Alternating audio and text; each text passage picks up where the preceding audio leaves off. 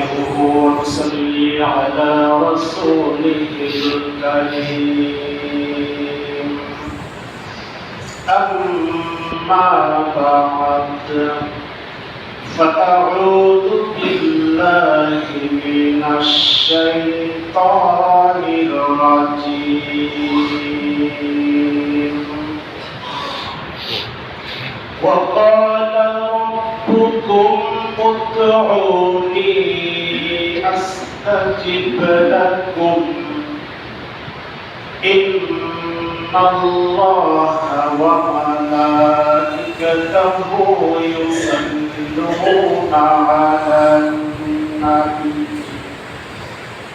يا أيها الذين آمنوا صلوا عليه وسلموا تسليما اللهم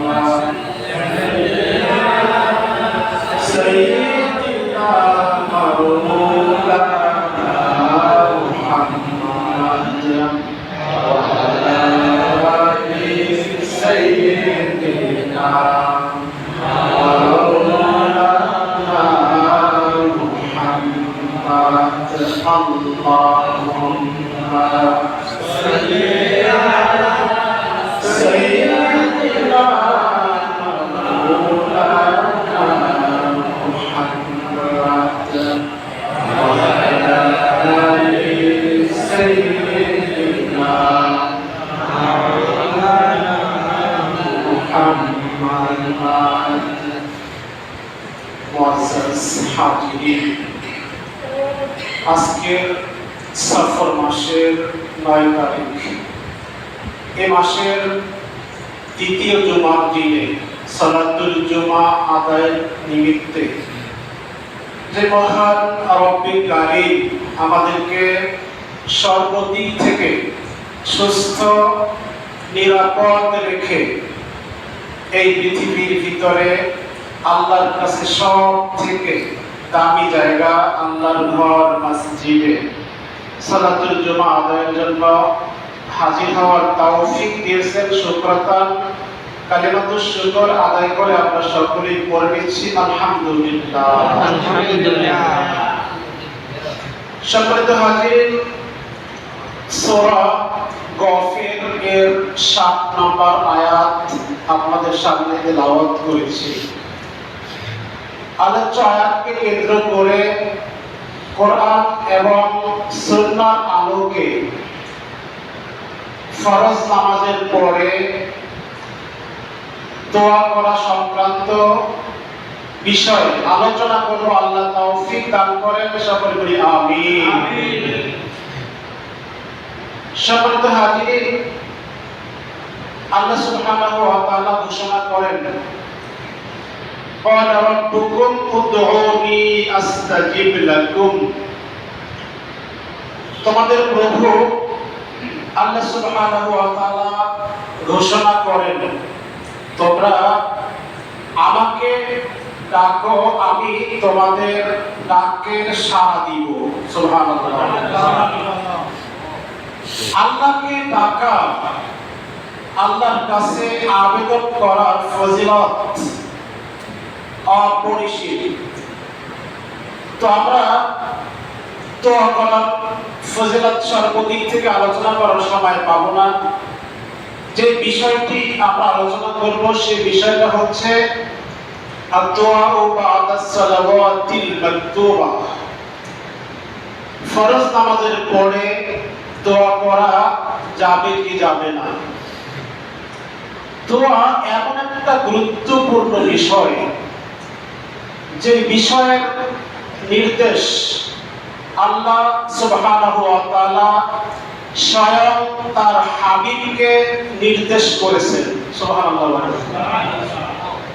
30 নম্বর পারার একটি ছোট্ট সূরা সূরাতুল আল-ইনশিরাহ আল্লাহ সুবহানাহু ওয়া তাআলা ঘোষণা করেন فإذا فرغت فانصب وإلى ربك فارغب হাবিব মুহাম্মদ সাল্লাল্লাহু আলাইহি ওয়াসাল্লাম আপনি যখন ফরজ নামাজ থেকে অবসর পান তখন আপনার প্রভুর কাছে আপনি দোয়া করুন। সুবহানাল্লাহ। দেখেন, দোয়া করার এই নির্দেশ এর ব্যাপারে অনেক মুফাসসিরে কেরাম মত পেশ করেছেন। আমাদের সকলের কাছে যে তাফসীর গ্রন্থ অতি পরিচিত, যে কোনো মাদ্রাসায় আপনি যাবেন, যে কোনো লাইব্রেরিতে আপনি যাবেন, তাফসীরুল জালালাইন আছে না নাই? তাফসীরুল জালালাইনের মুফাসসির জালালউদ্দিন আল মাহল্লি রাহমাতুল্লাহি আলাইহি তিনি আয়াতের তাফসীর করতে গিয়ে বলেন, ফাইদা ফারাগতা মিনাস সালাতি ফানসাব ইতআম ফি দুআ। আপনি যখন অবসর হন, অর্থাৎ ফরজ নামাজ থেকে, এরপরে আপনি ইতআম ফি দুআ, দোয়ার ভিতরে লিপ্ত হয়ে যান। সুবহানাল্লাহ। শুধু কি তাই? আমরা যদি তাফসীরে তাবারীর তাফসীর দেখি, আল্লামা আবু জাফর ইবনে জারির আত-তাবারী রাহমাতুল্লাহি আলাইহি সিও তাফসীরে তাবারীর ভিতরে ঘোষণা করেন, মানাহু ফাইদা ফারাগতা মিন সালাতিকা ফানসাব ফি দুআই ওয়াসালহু হাজাতাক। হাবিব, আপনি যখন নামাজ শেষ করেন তখন আপনার রবের কাছে আপনি প্রার্থনা করুন এবং আপনার প্রয়োজন আপনি আল্লাহর কাছে চান। সুবহানাল্লাহ। দেখেন, তাফসীরে ইবনে কাসিরের ভিতরে প্রখ্যাত দুজন মুফাসসির, এর ভিতরে উল্লেখযোগ্য মুফাসসির হচ্ছেন হযরত ইবনে আব্বাস রাদিয়াল্লাহু তাআলা আনহুমা। তার একটি তাফসীর তিনি ইবনে কাসিরের ভিতরে উল্লেখ করেছেন, ফাইদা ফারাগতা ফানসাব ইয়ানি ফি দুআ। আপনি যখন নামাজ থেকে ফারিগ হন তখন আপনি দোয়া করুন। সুবহানাল্লাহ। অসংখ্য মুফাসসিরে কেরাম এই আয়াতের ব্যাখ্যায় নামাজের পরে দোয়ার কথা বলেছেন। তো নামাজের পরে দোয়া আছে না নাই? আমরা যদি সুন্নাতের আলোকে দেখতে পাই তখন আমরা দুটো ভাগে ভাগ করতে পারি। একটি ভাগ হচ্ছে বিশ্ব নবীর মুখ নিঃসৃত বাণী, যেটাকে আমরা কাউলি হাদিস বলি, আরেকটি হচ্ছে বিশ্ব নবীর আমল, যেটাকে আমরা হাদিসে ফেলি বলি। তো আমরা যদি হাদিসে কাউলির দিকে তাকাই, ইমাম তিরমিজি রাহমাতুল্লাহি আলাইহি সুনানে তিরমিজির ভিতরে আবু উমামা রাদিয়াল্লাহু আনহু থেকে হাদিস নকল করেছেন। عن أبي أمامة رضي الله عنه قال سئل رسول الله صلى الله عليه وسلم أي الدعاء أسمع؟ قال جوف الليل الآخر ودبور الصلوات المكتوبة। হযরত আবু উমামা রাদিয়াল্লাহু আনহু বলেন, রাসূল কারীম সাল্লাল্লাহু আলাইহি ওয়াসাল্লাম জিজ্ঞাসিত হয়েছেন, আল্লাহর রাসূল, কোন দোয়া আল্লাহ সুবহানাহু ওয়া তাআলা বেশি কবুল করেন? তখন বিশ্বনবী বললেন, দুটি সময়ের দোয়া আল্লাহ সবথেকে বেশি কবুল করেন। এর ভিতরে একটি হচ্ছে তাহাজ্জুদ নামাজের পরে বান্দা যে দোয়া করে আল্লাহ দ্রুত কবুল করে। দ্বিতীয়টি হচ্ছে দুবুরুস সালাওয়াতিল মাকতুবাত, ফরজ যত নামাজ আছে এই ফরজ নামাজের পরে বান্দা আল্লাহর কাছে যে দোয়া কবুল করে আল্লাহ সেই দোয়া দ্রুত কবুল করে। সুবহানাল্লাহ। শুধু কি তাই, ইবনে আসাকির বর্ণনা করেছেন হযরত আলী রাদিয়াল্লাহু আনহু থেকে। তিনি বলেন, ক্বালা রাসূলুল্লাহ সাল্লাল্লাহু আলাইহি ওয়াসাল্লাম, আল্লাহ রাসূল সাল্লাল্লাহু আলাইহি ওয়াসাল্লাম ইরশাদ করেন, ইযা সাল্লাইতুমুস সুবহা, যখন তোমরা ফজরের নামাজ পড়ে ফেলো, ফাফজিউ ইলা দুআ, তখন তোমরা দোয়ায় লিপ্ত হয়ে যাও। সুবহানাল্লাহ বলেন। ওয়া বাকিরু ফি তালাবিল হাওয়াইজ, এবং তোমরা আল্লাহর কাছে তোমাদের প্রয়োজন চাওয়ার ভিতর দিয়েই তোমরা তোমাদের সকালটা অতিবাহিত করো। সুবহানাল্লাহ বলেন। শুধু কি তাই, ইমাম তিরমিজি, আবু দাউদ, এমনকি মিশকাতের ৭৭ নম্বর পৃষ্ঠার ভিতরে হাদিসটি এসেছে, হযরত আব্বাস রাদিয়াল্লাহু আনহু থেকে বর্ণিত হাদিস। এই হাদিসের মূল কথা হচ্ছে, তাকান্নুম ইয়াদাইক তাকুলু তারফাউহুমা ইলা রাব্বিকা মুস্তাকবিলান বিবুতুনিহিমা ওয়াজহাক ওয়া তাকুলু ইয়া রাbb ওয়া মান লাম ইয়াফআল যালিকা ফাহুয়া কাযা ওয়া ফি রিওয়ায়াতিন ফাহুয়া কিদাস। বিশ্বনবী নামাজের পদ্ধতি বর্ণনা করতে গিয়ে এক পর্যায়ে বললেন, নামাজের শেষে কাকুতি বিনতি সহকারে তোমার হাত দুখানা তোমার চেহারার দিকে ফিরাবে, এরপরে তুমি বলতে থাকবে ইয়া রব ইয়া রব। এভাবে আল্লাহর হাবিব দোয়া করার কথা উম্মতদেরকে বলে গেছেন। এখন আসি, বিশ্ব নবী নিজে দোয়া করছেন কিনা।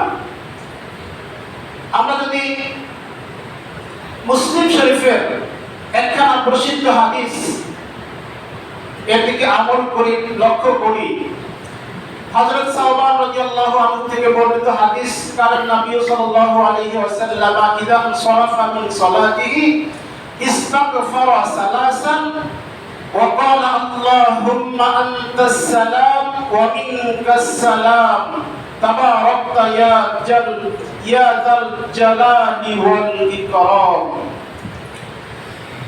قال أبو الوليد فقلت للأوزاعي كيف الاستغفار؟ قال يقول أستغفر الله أستغفر الله أستغفر الله। سبحان الله। হযরত সাওবান রাদিয়াল্লাহু আনহু থেকে বর্ণিত হাদিস, তিনি বলেন, রাসূল কারীম সাল্লাল্লাহু আলাইহি ওয়াসাল্লাম যখনই তার নামাজ থেকে অবসর হতেন, মুখ ফিরাতেন, তখন তিনি বলতেন আস্তাগফিরুল্লাহ। এরপরে বলতেন, যে দোয়াটি আমরা পড়ে থাকি, আল্লাহুম্মা আনতাস সালাম ওয়া মিনকাস সালাম তাবারাকতা ইয়া যাল জালালি ওয়াল ইকরাম। আবুল ওয়ালিদ বলেন, আমি আউজাই রাদিয়াল্লাহু তাআলা আনহুকে জিজ্ঞেস করলাম, কাইফা ইস্তিগফার, রাসূলের ইস্তিগফারটা কেমন ছিল, কিভাবে তিনি ইস্তিগফার পাঠ করতেন? তখন আউজাই বলেন, বিশ্বনবী বলতেন আস্তাগফিরুল্লাহ আস্তাগফিরুল্লাহ আস্তাগফিরুল্লাহ। সুবহানাল্লাহ। তিনবার ইস্তিগফার পাঠ করতেন, তারপরে দোয়া করতেন। সুবহানাল্লাহ। সম্মানিত হাজিরিন, আমরা যদি লক্ষ্য করি, দোয়া আমরা করব নামাজের পরে। এখন দোয়া করার একটা পদ্ধতি আছে না নাই?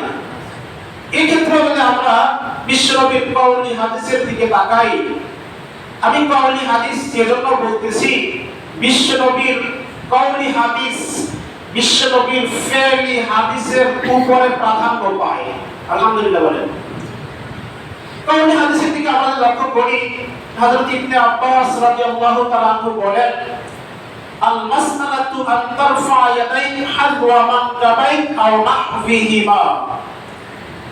দোয়া করার পদ্ধতি হচ্ছে, তোমার দু হাত তোমার দু কাঁধ বরাবর উঠাবে, এরপরে তুমি দোয়া করবে। সুবহানাল্লাহ বলেন। এটা তোমার আদব। এরপর আমরা দেখতে পাই আব্দুল্লাহ বিন আব্বাস রাদিয়াল্লাহু আনহু থেকে বর্ণিত হাদিস, তিনি বলেন রাসূল কারীম সাল্লাল্লাহু আলাইহি ওয়াসাল্লাম ইরশাদ করেন, সাল্লাল্লাহু বিবুতুনি আকুফিকুম, তোমরা তোমাদের হাতের পেটের দ্বারা আল্লাহর কাছে সুয়াল করো, চাও। ওয়ালা তাসআলু বিযুহুরিহা, সাবধান তোমরা হাতের পিঠের দ্বারা চাইও না। সুবহানাল্লাহ বলেন। আবেদন করার পদ্ধতি বিশ্বনবী সুন্দরভাবে বর্ণনা করে দিয়েছেন কিনা বলেন। এরপরে তিনি আরো বলেছেন, ফাইদা ফারাগতুম ফামসাহু বিহা ওজুহাকুম, যখন তোমরা দোয়া থেকে অবসর হও তখন তোমাদের দুই হাতের দ্বারা তোমাদের মুখমণ্ডলকে স্পর্শ করো। সুবহানাল্লাহ। সম্মানিত হাজির, এরপরে যদি আমরা হাদিস দেখি, আসওয়াদ বিন আমির রাদিয়াল্লাহু আনহু থেকে বর্ণিত হাদিস, তিনি বলেন, তার পিতা থেকে তিনি বর্ণনা করেছেন, তার পিতা বলেন, সাল্লাইতু মা রাসূলিল্লাহি সাল্লাল্লাহু আলাইহি ওয়াসাল্লাম আল ফাজর, আমি রাসূল পাক সাল্লাল্লাহু আলাইহি ওয়াসাল্লামের সঙ্গে ফজরের নামাজ জামাত সহকারে আদায় করলাম। ফাইদা সাল্লামা, যখন রাসূল সালাম ফিরালেন, ইনহারাফা, তখন মুসল্লিদের দিকে রাসূল পাক সাল্লাল্লাহু আলাইহি ওয়াসাল্লাম ঘুরে বসলেন। সুবহানাল্লাহ বলেন। এরপরে তিনি যখন ঘুরে বসলেন, ওয়া রাফা ইয়াদাইহি ওয়া দাআ, রাসূল কারীম সাল্লাল্লাহু আলাইহি ওয়াসাল্লাম তার দুই হাত উত্তোলন করলেন, ওয়া দাআ, এবং আল্লাহর কাছে দোয়া করলেন। সুবহানাল্লাহ বলেন। রাহু ইবনে আবি শাইবা। এরপরে যদি হাদিসটা আমরা দেখতে পাই, যেটিও ইবনে আবি শাইবার ভিতরে এসেছে, হযরত জুবাইর রাদিয়াল্লাহু আনহু থেকে বর্ণিত, তিনি বলেন, আন্নাহু রাআ রাজুলান রাফিআন ইয়াদাইহি ক্বাবলা আন ইয়াফরুগা মিন সালাতিহি, ফালাম্মা ফারাগা মিনহা ক্বালা ইন্না রাসূলুল্লাহি সাল্লাল্লাহু আলাইহি ওয়াসাল্লাম লাম ইয়াকুন ইয়ারফা ইয়াদাইহি হাত্তা ইয়াফরুগা মিন সালাতিহি। হযরত জুবাইর রাদিয়াল্লাহু আনহু বলেন যে আমি দেখলাম যে এক লোক নামাজের ভিতরে থাকতেই সালাম ফিরাবার পূর্বে যখন দোয়া পড়তেছে, দোয়ায়ে মাসুরা দোয়া না, এই দোয়ায়ে মাসুরা যখন পড়তেছে, আমি দেখলাম এই দোয়ায়ে মাসুরার ভিতরে ওই সাহাবী হাত জাগিয়ে জাগিয়ে দোয়া করতেছেন। আল্লাহু আকবার বলেন। সরল সাহাবী। তো জুবাইর রাদিয়াল্লাহু আনহু বলেন, এরপরে যখন সে সালাম ফিরালো তখন আমি তাকে বললাম, রাসূল পাক সাল্লাল্লাহু আলাইহি ওয়াসাল্লাম সালাম ফিরাবার পূর্বে হাত জাগিয়ে দোয়া করতেন না, বরঞ্চ তিনি সালাম ফিরাবার পরে হাত উত্তোলন করে দোয়া করতেন। সুবহানাল্লাহ বলেন। এখন যে বিষয়টা নিয়ে বর্তমান সমাজে বেশি ফিতনা, সম্মিলিত দোয়া। এখানে অনেকে বলে যে বুঝলাম নামাজের পরে দোয়া আছে, তাও পেলাম হাত জাগিয়ে দোয়া করার অনুমোদন বিশ্বনবী দিয়ে গেছেন। এখন অনেক ভাইরা আবার বলে থাকেন দোয়া করবে যার দোয়া সে পৃথক, ইনফিরাদি দোয়া করবে। তো ইনফিরাদি দোয়া করার ক্ষেত্রেও কিন্তু একটা ইজতিমাই সম্মিলিত দোয়া আছে না নাই? কিভাবে? যখন আপনি বুঝলেন বিশ্বনবী নিজে দোয়া করেছেন, তখন আপনি দোয়া করবেন না? ইমাম সাহেব যদি নাও করেন, তো আপনি মুয়াজ্জিন সাহেব সহ সকলেই ভিন্ন ভিন্ন হাত জাগিয়ে যখন দোয়া করবেন, তখন সেখানে একটা সম্মিলিত পরিবেশ সৃষ্টি হয় না? হয়। এখন এই সম্মিলিত দোয়ার ক্ষেত্রে বিশ্বনবী কত সুন্দর একটা দিক নির্দেশনা দিয়েছেন। আমরা যদি মুতলাক ভাবে দেখতে পাই, সেই মুতলাক ভাবে একটা বাব কায়েম করা আছে, বাবুত তামিন, আমিন বলার বাব আলা দোয়া, দোয়ার ভিতরে আমিন বলার একটা পরিচ্ছেদ। সুবহানাল্লাহ বলেন। মাজমাউজ যাওয়ায়েদ ওয়া মানবাউল ফাওয়ায়েদের ভিতরে আল্লামা হাইসামি রাহমাতুল্লাহি আলাইহি হাদিস নকল করেছেন। হযরত হাবিব বিন মাসলামা রাদিয়াল্লাহু আনহু থেকে বর্ণিত হাদিস, তিনি বলেন মানুষদেরকে লক্ষ্য করে, সামি'তু রাসূলুল্লাহি সাল্লাল্লাহু আলাইহি ওয়াসাল্লাম ইয়াকুল, আমি রাসূল পাক সাল্লাল্লাহু আলাইহি ওয়াসাল্লামকে বলতে শুনেছি, লা ইয়াসতামি'ু মালাকুন ফায়াদউ বা'দুহুম ওয়া ইউ'মিনু সাইরুহুম ইল্লা আজাবাহুমুল্লাহ। সুবহানাল্লাহ বলেন। আমি রাসূল পাক সাল্লাল্লাহু আলাইহি ওয়াসাল্লামকে বলতে শুনেছি, যখন কোন সম্মিলিত লোক অর্থাৎ কোন একত্রিত হয় কোন মানুষ যখন একজন দোয়া করবে আর সকলে মিলে আমিন আমিন বলবে, তখন আল্লাহ সুবহানাহু ওয়া তাআলা সেই দোয়া কবুল করে নেন। সুবহানাল্লাহ বলেন। এরপরে আরেকটা মুতলাক কথা, যেটা কথা আমরা অনেকেই জানার চেষ্টা করি না, ইবনে মাজাহ শরীফের হাদিস সিয়াসিন তার অন্যতম গ্রন্থ, হাদিসটা এসেছে ইবনে আব্বাস রাদিয়াল্লাহু আনহু থেকে। তিনি বলেন, রাসূল পাক সাল্লাল্লাহু আলাইহি ওয়াসাল্লাম ইরশাদ করেছেন, মা হাসাদাতকুমুল ইয়াহুদু আলা শাইইন মা হাসাদাতকুম আলা আমিন। আল্লাহু আকবার বলেন। বিশ্বনবী বলেছেন, ইহুদি জাতি তোমরা যা করো, খরচ করো, যাকাত দাও আর দান সদকা করো, কোন বিষয়ের উপরে এত বেশি হিংসা করে না, এত বেশি কষ্ট তারা পায় না যত কষ্ট তারা পায় তোমরা যখন একত্রিত হয়ে দোয়ার ভিতরে আমিন আমিন বলতে থাকো। সুবহানাল্লাহ বলেন।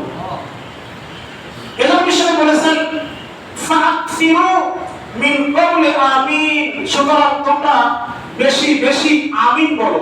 সুবহানাল্লাহ বলেন। দেখেন, আমরা অনেক সময় ফায়দা না বুঝেও আমিন বলি। আমি যখন শুরুতেই বলছিলাম আল্লাহ যেন আমাকে তৌফিক দান করেন, তখন আপনারা কি বলেছেন? আমিন। আলহামদুলিল্লাহ বলেন। তো বিশ্বনবীর কথা আমরা বুঝে আমল করলেও সওয়াব, না বুঝে করলেও সওয়াব। সুবহানাল্লাহ বলেন। এবার দেখেন, নামাজের ব্যাপারে সম্মিলিত মুনাজাত করা যাবে কি যাবে না, এই ব্যাপারে আবু দাউদ শরীফের ভিতরে একখানা সুন্দর হাদিস এসেছে, যে হাদিসটা হযরত সাওবান রাদিয়াল্লাহু তাআলা আনহু বর্ণনা করেছেন। তিনি বলেন, قال رسول الله صلى الله عليه وسلم ثلاث لا يحل